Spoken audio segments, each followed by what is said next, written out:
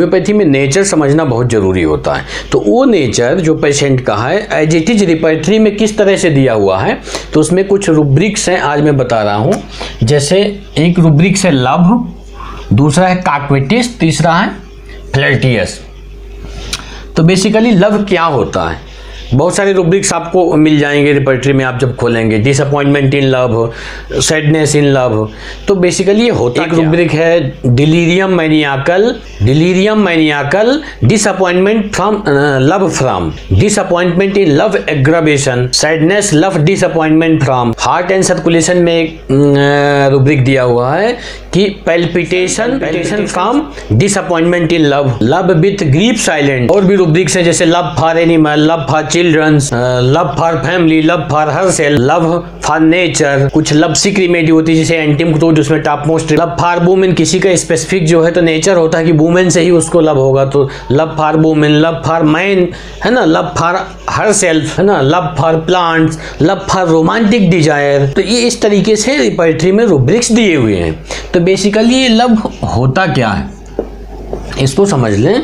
तो लव का मतलब होता है कि when one heart try to connect with another heart या another things and want to make close anybody, then love is created. Other word इस तरीके से भी कह सकते हैं कि लव, दूसरे शब्दों में कह सकते हैं it is a set of emotion and behaviour characterised by intimacy, passion and commitment. इसकी क्वालिटी क्या होती है कि it involves care, protectiveness, commitment, trust, affection and truth. Love means होता है to be deeply connected and committed to someone और somethings. ऐसा नहीं, सुपरफिशियल नहीं होता ये, to be deeply connected to someone और सम। दूसरे शब्दों में आप इसे कह सकते हो कि feeling of constant affection. Love का मतलब क्या होता है, इसे दूसरे शब्दों में भी कह सकते हैं कि feeling of constant affection for someone और समथिंग्स। ये चेंज नहीं होता। एक बार जो प्रेम हो गया किसी से, वो चीज़ पसंद आ गई तो वो फिर चेंज नहीं होती, वेरिएबल नहीं होती। जबकि फ्लर्टिंग और काक्वेटिस एंड फ्लर्टिंग में क्या होता है मैं भी आपको बताता हूँ। ये क्या होता है, ये परमानेंट होता है। यदि हो जाए किसी से तो वो परमानेंट होता है, चेंज नहीं होता सिचुएशन के हिसाब से। इसका मतलब भी होता है लव मतलब long lasting original valuable emotions.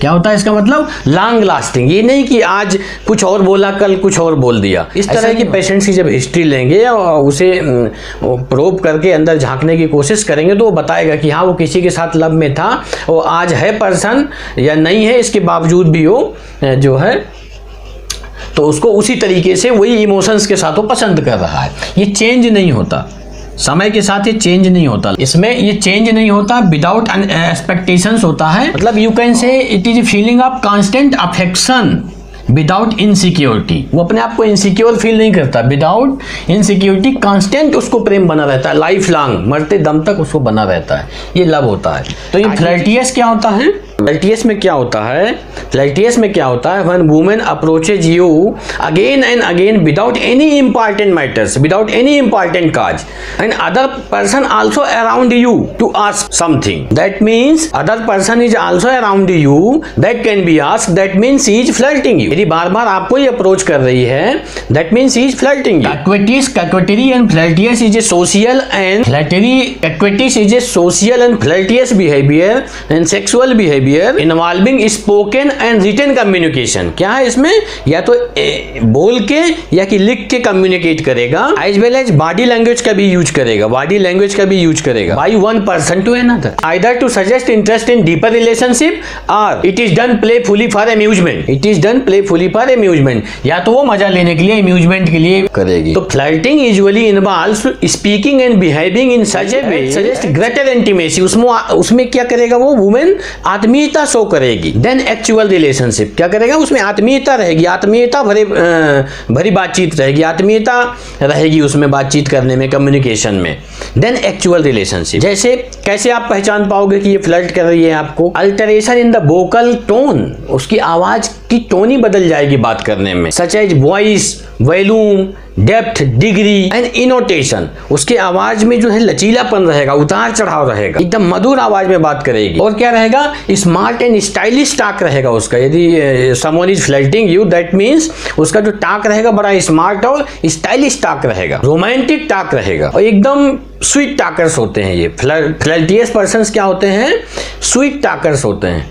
शहद के जैसे बात करेंगे, जैसे शहद निकल रहा, तो इसमें जो इंपॉर्टेंट रेमेडी है, हाँ, तो इसमें जो सबसे कॉमन मेडिसिन है फ्लैटरी डिजायर में, वो है क्या? फ्लैटरी डिजायर में जो कॉमन मेडिसिन है वो है लाइकोपोडियम एंड पैलेडियम, है ना।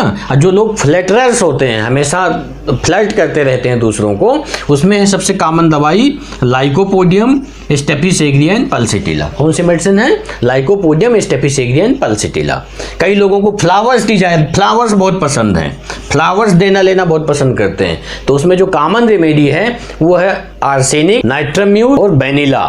कौन सी मेडिसिन है? आर्सेनिक, नाइट्राम्यूर एंड बेलिना। ऐसे काक्विटिस, काक्विटिस में क्या होता है? काक्विटिस में persons behave in such a way, in coquettish the person behave in such a way, behaving in coquettish में पर्सन्स जो है behaving in such a way as to suggest playful sexual attraction. इसमें इस तरह के लोग जो होते हैं, ये भी एक तरह का पर्सनालिटी डिसऑर्डर है। इस तरह के जो लोग होते हैं किसी भी आदमी को अपने प्यार में पागल कर देते हैं फ्लर्ट करके। Coquettish means the women who amuse herself by making man fall in love. तो इसमें किसी को प्यार में इस तरीके की बात करना कि वो प्यार में पागल हो जाए और उससे वो एम्यूज मजा लेता है, आनंद लेता है। काक्विटिस लव में तो परमानेंट रहेगा, एडजस्टमेंट रहेगा। काक्विटिस और फ्लर्टियस पर्सन जो है तो जनरली आपके पास वो उनकी दोस्ती बहुत लंबे समय तक नहीं रहती। उनकी हिस्ट्री में जब आप जाओगे रिलेशंस जो है they make a relation and break a relation, they make a relation and break a relation, ये नाटक उनकी लाइफ में चलता रहता है। इनके रिलेशन 6 महीने से 1 साल 2 साल से ज्यादा नहीं चलते, तुरंत चेंज कर देंगे। यदि आप फोर्स करोगे तो वो बोलेंगे आपने खरीद लिया है क्या मुझे, मैं आपके कंट्रोल में नहीं रहूंगी,